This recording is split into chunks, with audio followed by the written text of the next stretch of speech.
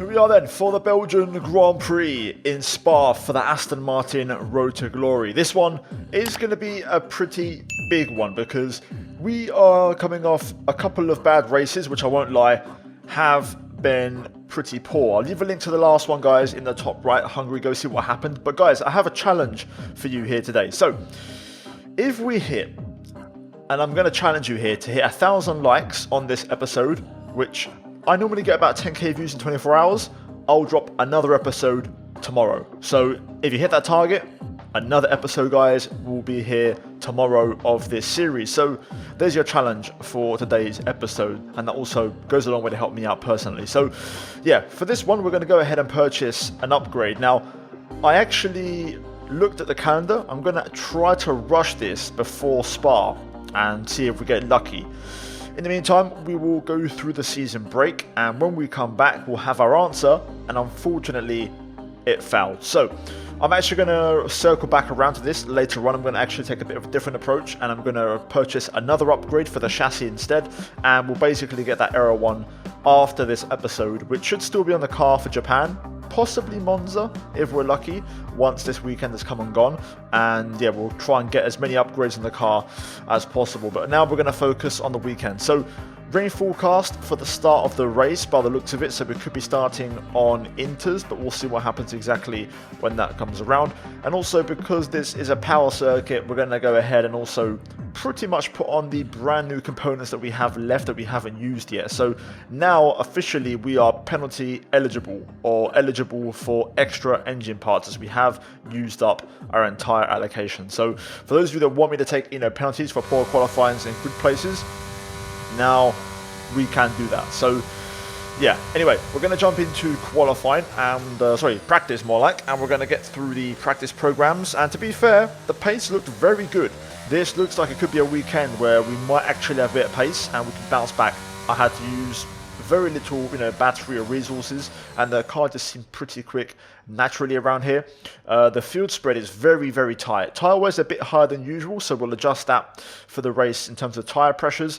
Fuel consumption is also a bit on the higher side, but overall no big concerns, and we scored a pretty decent chunk of points. And yeah, a really good session overall. We've got all of our discounts as well, so I'm feeling good about this one, and I'm optimistic. I want to try and stay positive. Hopefully it remains the case in qualifying when the AI turn their engines up, and we can also deliver a bit of pace, as we actually lost a bit of a claim there, which was quite surprising considering we had a pretty smooth practice session. Anyway, now we're actually in qualifying. As I mentioned before, we made a bit of a mistake. That was practice. Now we're in qualifying. So yeah, let's get into it. Q1 more specifically. So soft tyres on, and we joined the action midway through my first timed lap. I made a bit of an adjustment. I increased the wings, +1 on both front and rear, but we made a bit of a mistake through turn 8, picking up some understeer. Didn't quite trouble the apex through there. Through turn 9 as well, didn't really get enough of the inside curb, and also was a bit hesitant to really commit. So those two corners weren't particularly great. Pull on turn 10 also didn't quite get the apex, and didn't also use all the track. I wasn't really wide enough through there, so a bit of a I wouldn't say messy, but a safe kind of middle sector, which I left a bit of time on the table, and sector 2 is definitely my kind of Achilles heel around here. We close out the lap though with a very strong sector 3, as you'll see. Now we go purple pretty much across the line, and we're still technically last of those who have set a lap time, P11. Eventually P19 once everyone finished their laps, and to be fair, you can see just how close the field spread is. From 14th down to 20th, it's very competitive. Sector 2 is our weak point, so for the final run I'm actually going to add a +1 to the front wing to give myself a bit more front end for that sector 2, which seems to be the deficiency. Sector 3 were very strong, sector 1 were more or less matching, so it's mainly the middle sector where we're dropping about 3/4 tenths. So yeah, here we go. Time for the final lap. The entire field is 1.2 seconds, so the spread is very tight. Turn 1 though, I made a bit of an adjustment and I made a mistake. If you look at the diff, I'll run a replay on screen. I accidentally flicked my diff down to 50, so we got horrific traction out of turn 1, and I was mystified how we had wheel spin in 6th gear, and that was the reason why. I quickly noticed and made the correction through Eau Rouge, but we've basically thrown away 2/10 already on this lap, which is really unfortunate. So we're going to have to pretty much go all out and full commitment for the rest of this lap to find time. Didn't really nail Lake On, but we found half a tenth, which is not too bad. This time through turn 8 Rivage, we keep it a lot tighter and we find a full tenth of a second. Turn 9, we throw the car in, much more corner speed this time. As the checkered flag drops, we're half a tenth down. Into Puon, again this time much better, getting the line right, carrying a lot more corner speed and getting a good exit, and we're now up on our delta. Into this right-left chicane, important to get lots of inside curb through the right to open the left and be very aggressive here on the exit. And we're now really finding time through Stavlo. Nicely done there, but we lose the back end, get into a spin, and that's going to be the end of qualifying, which is really annoying because I think we could have got through. I really do. We was a tenth and a half up pretty much up until the spin. And of course, we dropped 2 tenths in Sector 1 with that mistake on the differential. So that automatically is 3.5 tenths, which would put us in the ballpark of where Stroll is, and Zhou. So I really think we could have, got through, especially because I'm basing that off the 2 tenths we lost in Sector 1. What if we'd actually gained time in Sector 1, which also could have been possible?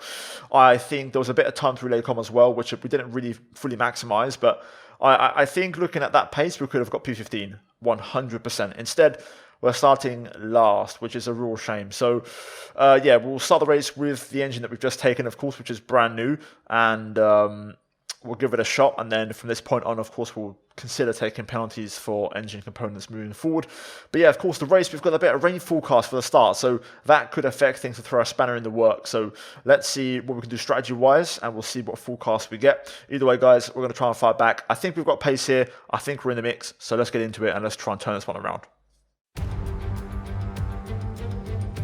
Welcome along then to the Belgian Grand Prix, the race that gave us the maiden victory to the Jordan team in 1998, and in the same team, the phenomenal debut of a young Michael Schumacher.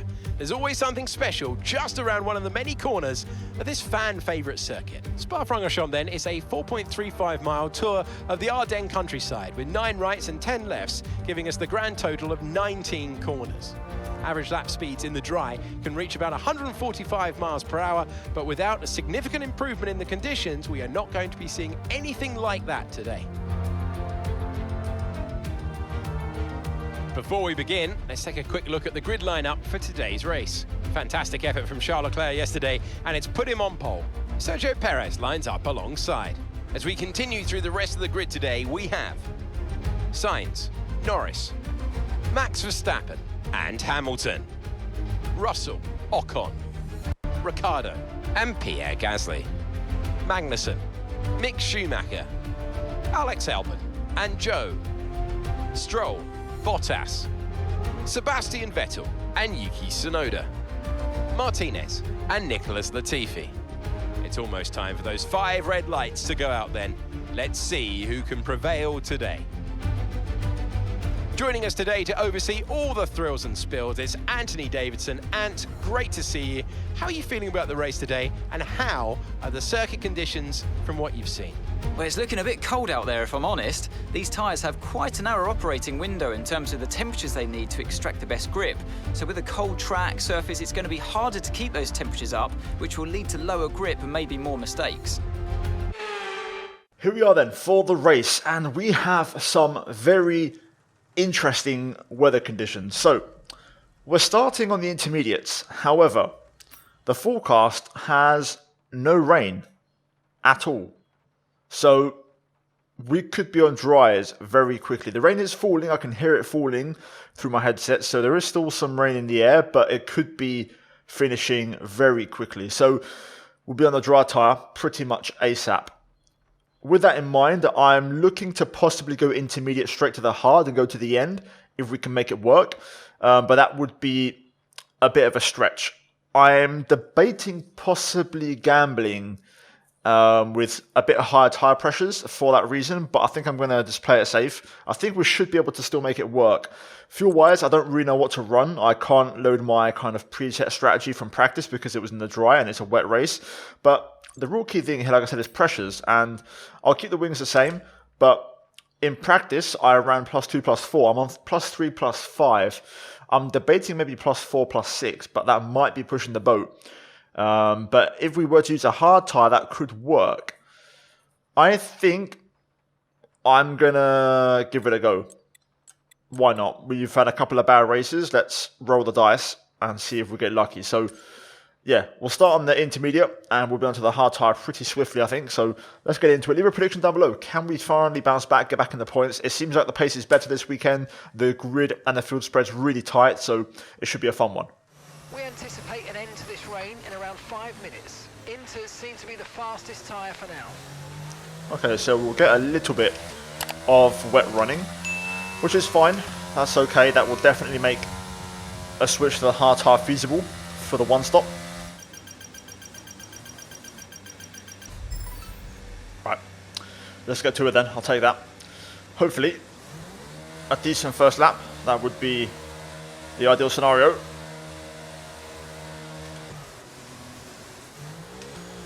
Great start. Really good start. One of the best starts of the season. Don't know how many I want to go for here, but we'll play safe. We'll settle for 3 cars. But that was a brilliant, brilliant getaway. And that is the higher tyre pressures, by the way, paying off. Better tyre temp. And we get the better start. Right, easy does it. Oh my god, there's not a lot of grip. Going to have to take a cut. Joe coming through. We'll block him off straight away. I think I've got decent straight line speed, so that will help, but I may be struggling in the corners. Going to cover off the inside so Straw doesn't dive bomb me. I know exactly how the AI work in this game. Once a car commits to an inside overtake, he's going to usually outbrake himself by 300 meters, which means they end up dive bombing you instead. Around the outside we go. Can we get 2 cars maybe? Not quite, we'll settle for 1. R1 tries to go back around the outside, but we'll just run him out of road. So P13, I feel like I've got very little front end compared to the AI, but that will come back to us shortly. Good thing is I've got good straight line speed, so that is always a good thing to have around here. But P13, that gets us right in the race. From 19th to 13th, 6 places gained. That's exactly what we needed on this opening lap. And now we're pretty much waiting for a switch to dryers ASAP. And I'm kind of banking on the AI 2-stopping. That's kind of what I'm really hoping for here, so that would give us an advantage. But yeah, right now we're on the back foot here, struggling in the corners, so we'll have to make up for it in the straights. A little bit too wide action ahead into Lecom. That could have a knock-on effect if they stay side by side, which they seem to be doing. It's Gasly and Magnussen. Gasly gets ahead, but these are cars that we usually tend to battle this season, so we're in the mix here. Okay, so far we're actually doing better than I thought. We've leveled out the pace deficit a little bit in the corners, and in theory now the AI should run a bit less engine mode, a bit less battery. I could be wrong, have been wrong in the past, but usually lap 3 is when they kind of tone things down and settle into their true race pace, so now we'll see exactly how we hold up against them. But right now we're in a great position. It would help as well if maybe just got a little DNF up ahead, one of the faster cars, one of the leaders. That would be nice. That would be the cherry on top. But we're perfectly placed here for now this race to hopefully start to kick off. The weather's certainly eased off for the time being, but we've still got a lot of standing water out there. We're happy for you to stay out on the INTERS for now. Yep, I'm happy as well. We'll see how long it takes, but it does feel like now it's starting to lighten up, so we'll see how long the transition phase is going to take. I literally just had the thought cross my mind, we could have maybe pit there. The track felt like it suddenly dried in the last sector quite a bit. Could be wrong, but this could already be the lap. We'll keep tabs on it at all times. I've got the hard tyre already selected. The tyre situation's an interesting one, but I think the right call is to stick with what we've got for now. We'll stick with it for now. I don't think we're far away at all. Tyre temp's getting a little bit hot now. 84 I think is the limit for these, and we're breaking into the 80s, so we're getting a bit close. But the track's getting very fast now. Everyone's picking up their pace. There's a battle ahead. Alpine at the front, and the field is bunching up, which is good. Which is crucial arriving at the pit stop phase. We'll take a warning. Not super concerned about that. I'm a little concerned about tyres now. I don't think the hard tyre is the way to go anymore. Obviously the medium is the logical choice, but our pressures are a bit high, so I just hope we can manage the medium tyre with those higher pressures and not overheat. There's a new strategy available on the MFD. This is it. Got that confirmed. I'm going to go. Not everyone has been able to pit, so this is great. Lance is in the pits. I'm going to go medium or switch. Hopefully it doesn't backfire. Everyone's going medium, so it seems like the logical choice. We'll hold up Gasly as well. 2.4, lovely. No hold up, which I was really worried about. Okay, let's get the tyre warmed up. Alright, we'll be doing one more stop today. One stop left in this strategy. Oh, track feels a little bit slippy. Not as much grip as I initially expected. Got the jump on Gasly. Gasly got held for ages in that pit stop, which is great. And we'll see which tyre works out to be the best. Let's see if we can try and switch this on though ASAP.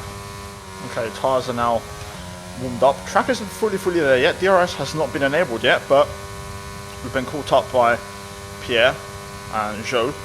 Some cars have stayed out. No, just one. Looks like a Ferrari stayed out. Everyone else is in, so I'm not too confident we're actually gaining time here. I think the Inter is really good in this game in terms of holding on. I kind of had to box because my temperatures were pretty much on the limit, but I think I've actually lost here. A little bit of time, but we'll find out now. DRS has been enabled. DRS is now enabled. We'll sit behind Schumacher here and get the DRS. And we'll then get onto Albon, who has jumped us. He was behind us, so we're going to have to push on here. So we're back to P12. So we gained the place on Pierre, lost one to Albon. I think staying out might have been the better option, but hey ho, fine margins. Oh no. Unbelievable. Oh. This is annoying. There's definitely a bug in this game when you change engine components. The engine goes. Something goes every time. Every single time. Well, that's us taking penalties now for the rest of the season, so yeah. That is absolute BS.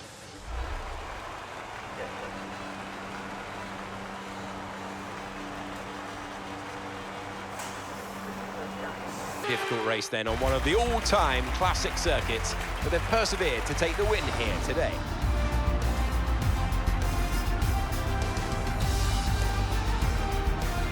What do you think it was, Ant, that gave them the edge over the competition today? I really feel the track layout combined with the track temperatures we saw today suited their car.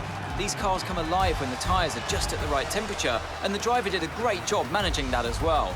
They just look so comfortable out there. It's like anything, it always looks so easy when it all just clicks.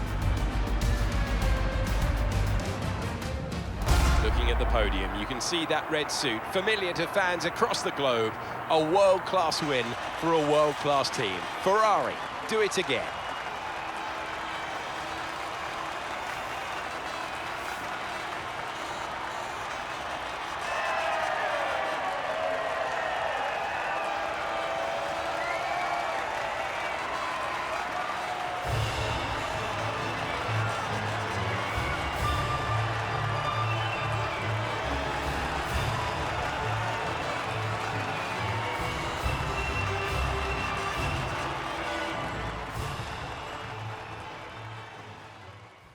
And there we go then, that was the Belgian Grand Prix. Disappointing, man, really disappointing and frustrating. Yeah, I don't know what to really think. Looking at the results, Gasly finished P9, Albon P11, Hamilton in between, so we probably could have got like P9 that race. But that is pretty much it. So after two bad races, really bad races, we pick up a DNF, which is really bad, you know, in terms of timing. Leclerc wins, Sainz second, so Ferrari 1-2, pretty comfortable. Norris third, Verstappen fourth with a fastest lap on a 2-stop, otherwise he would have won.